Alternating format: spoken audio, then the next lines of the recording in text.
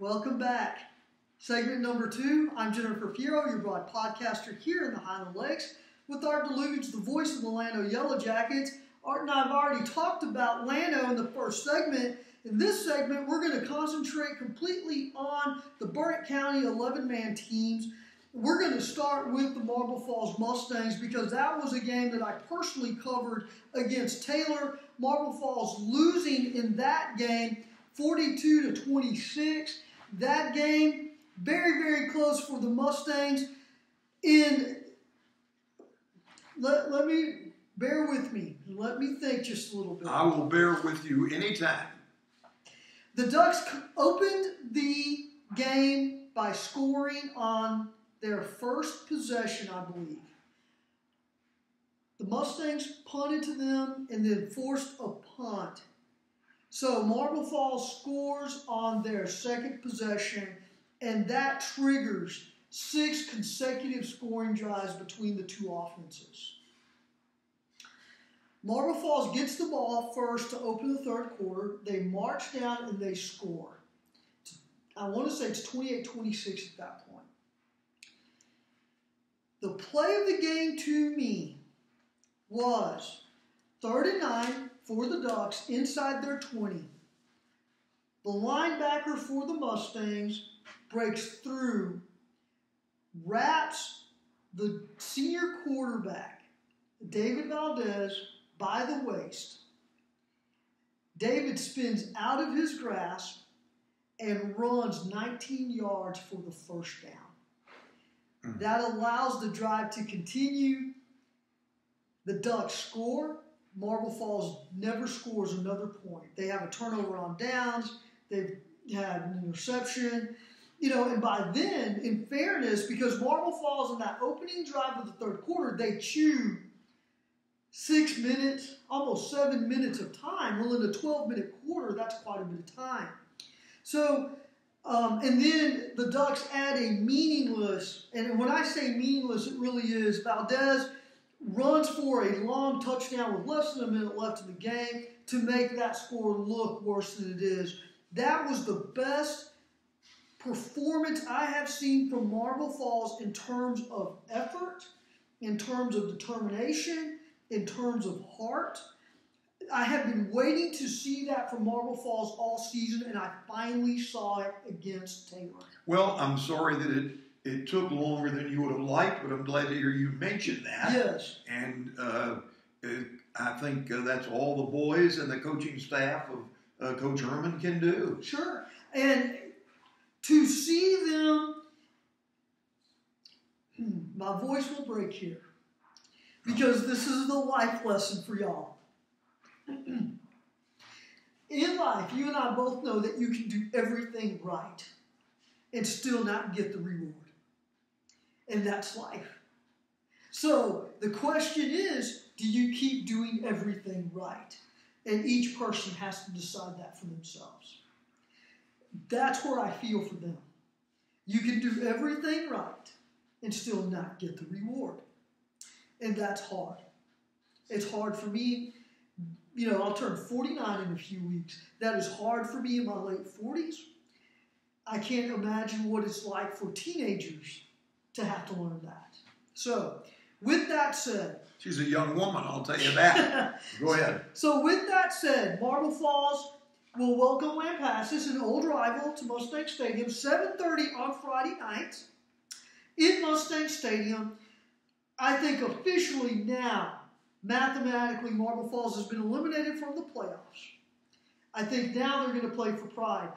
This is an important game for the Badgers. They are coming off of a loss to Davenport by, I want to say, 53, about a 3-touchdown loss. Davenport scored in the low 50s. I want to say the Badgers were in the mid-30s.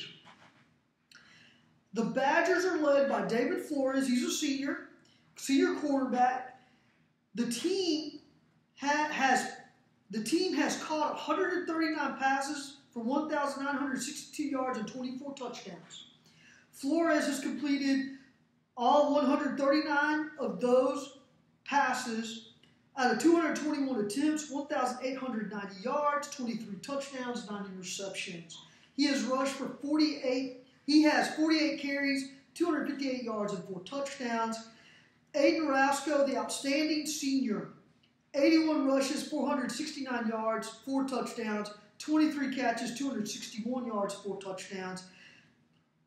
The freshman Jet Walker, 38 rushes, 213 yards, 3 touchdowns. They are 2 different running backs. I saw them against Burnet when they came into Bulldog Field and beat the Bulldogs. That was when they committed to running the football and just ran all over a defense that by then, because it was a 3-0 game in favor of the Badgers at halftime. In the second half, Lampasas just committed to the run, controlled the clock, ran and just wore out that Bulldog defense. Aiden Rasco and Jet Walker is the speedster. Aiden Rasco is the kid that runs through. Think Reggie Bush and who was the running back? He played for the Titans. The Texas had to stop him on 4th and 2. I forget his name now. But at USC, that's who they are. One was thunder, one was lightning, because one was that fast, the other one just ran through you. Ethan Moreno is the senior wide receiver. He's caught 64 passes for 878 yards and 5 touchdowns. And then senior receiver Owen Stubbs, 20 catches, 378 yards and 7 64 touchdowns. Catches in this season? For Lampasas? Boy, that's a lot of catches. Yeah, well, like I said, they've rushed as a team for 1,108 yards. And they have 1,962 yards in the passing game. Almost 2,000. Almost 2,000.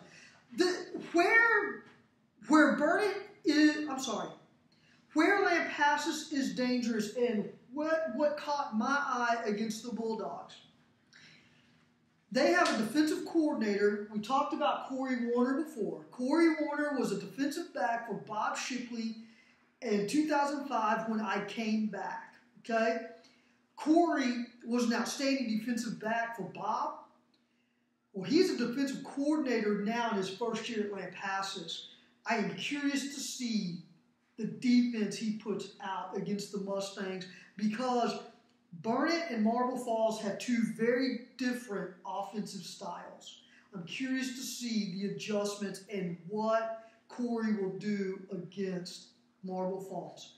That game is at Mustang Stadium Friday night at 7:30. The Davenport score was 55-34 for Davenport, an excellent team, 7-1 on the season. Yes, and they have something to play for as well. So right now, the district standings: Canyon Lake beat Burnet 28-14. That was a 14-14 tie. Bear with me again because I think I want to say that was 14-14 at the half. Canyon Lake scores 2 touchdowns in the second half. They have an answer for Burnet. Burnet had to deal with some adversity in that game because senior quarterback Tanner O'Hare was lost in the first half. And I don't remember in what quarter. I want to say it was in the first. Grant Jones had to go from receiver to quarterback. And he completed 200, maybe a few more, but they threw the ball a lot against Canyon Lake. Just couldn't punch it in.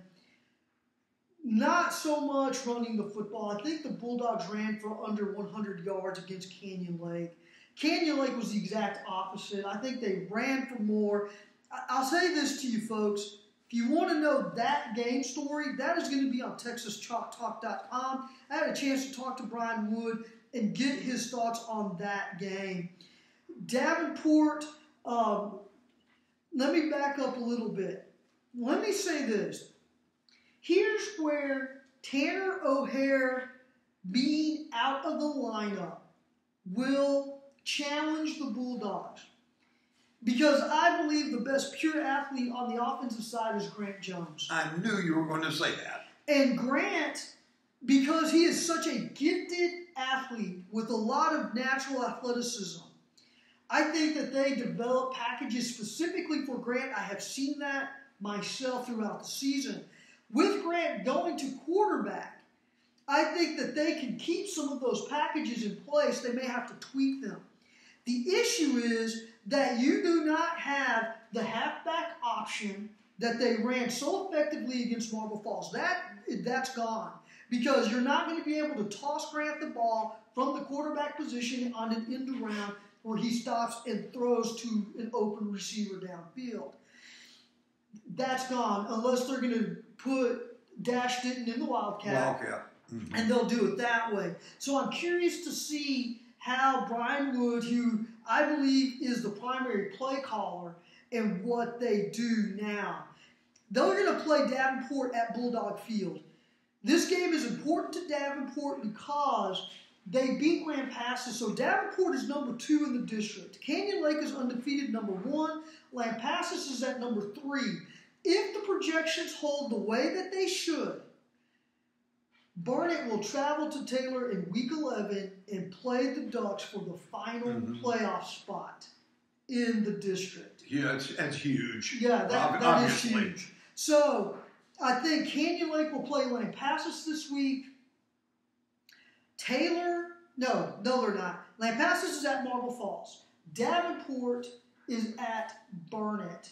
And that means Taylor will play Canyon Lake. And in my mind, there's no question, even though I haven't seen Davenport, but Canyon Lake has already beaten Davenport. Canyon Lake is the class in the district. It is their championship to lose at this point. So, lots still to play for the last 2 weeks for every team wearing green, because there's 3 teams that wear green. These last 2 weeks mean a whole lot to those teams wearing green right now. And then I think Lampasas and Davenport are in. Marble Falls will miss the playoffs. Their challenge now is to try to ruin everybody else's season and their opportunities to get into the playoffs, if that's possible at this point.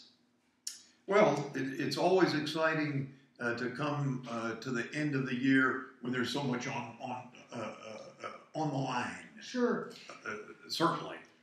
Both games on Friday night. Marble Falls, again, hosting Lampasas. Burnet hosting Davenport. Both games kick off at 7:30 on Friday. I'm ready to close this one out. We're going to stay in Burnet County, talk about some 6-man football. Is there anything else you want to add before? I think you covered it wonderfully. Okay. Please. With a limited amount of tears. Please. Make sure you like, subscribe, and share the channel. Stay with us. We're going to talk about Smoking for Jesus and Faith Academy in segment number 3.